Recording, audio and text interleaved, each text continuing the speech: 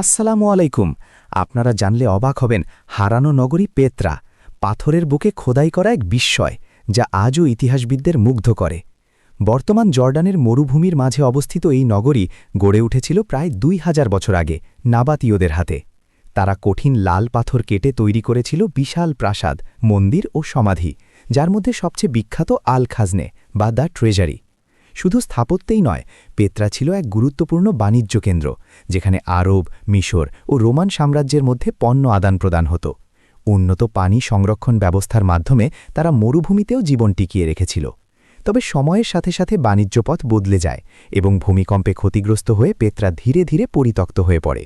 শতাব্দীর পর শতাব্দী এটি হারিয়েছিল বিশ্বের চোখের আড়ালে, যতক্ষণ না ১৮১২ সালে সুইস অভিযাত্রী জোহান লুডভিগ বুরখাট এটি পুনরাবিষ্কার করেন। আজ পেত্রা শুধু একটি প্রত্নতাত্ত্বিক স্থান নয়, বরং মানব সভ্যতার সৃজনশীলতা ও স্থিতিশীলতার এক অমর সাক্ষী। ভিডিওটি ভালো লাগলে সাবস্ক্রাইব করতে ভুলবেন না।